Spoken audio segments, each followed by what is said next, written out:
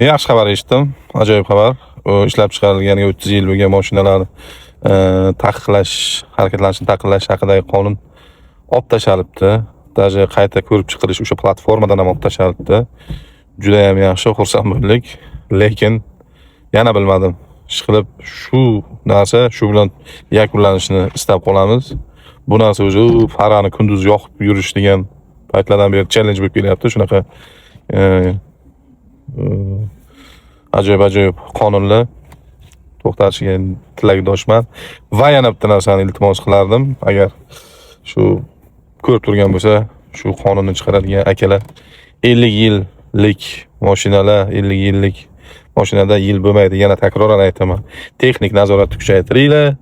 O'sha qonunlarni jostkost, o'sha nimasini texnadzorga o'shanga topshiringlar, nima deydi, nazoratni kuchaytiringlar.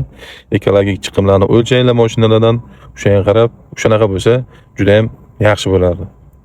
Hammaga rahmat.